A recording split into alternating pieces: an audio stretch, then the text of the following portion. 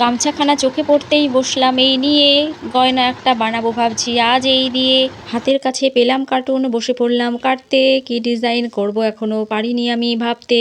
মেলায় গেলেই দেখতে পাই এই গামছার জুয়েলারি কত, দাঁড়িয়েই শুধু দেখি কিন্তু কেনা হয় না তো। ভাবনাখানা একটু একটু আসছে যেরম মাথায়, কাজটাও করছি আমি সেই রকমটাই।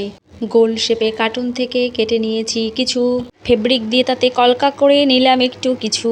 গামছাটাকে কুচি করে দিচ্ছি এখন সেলাই, দেখি এটাকে কিভাবে কাজে লাগানো যায়। কত রকম জুয়েলারি যে এখন দোকানে সাজানো থাকে, মেয়েদের চোখ তো শুধু ওই দিকেই ছোটে। ঘরে থাকা জিনিস খুঁজে বসে পড়ো কাজে, এবারের পুজোর গয়না তোমরাই বানাতে পারবে।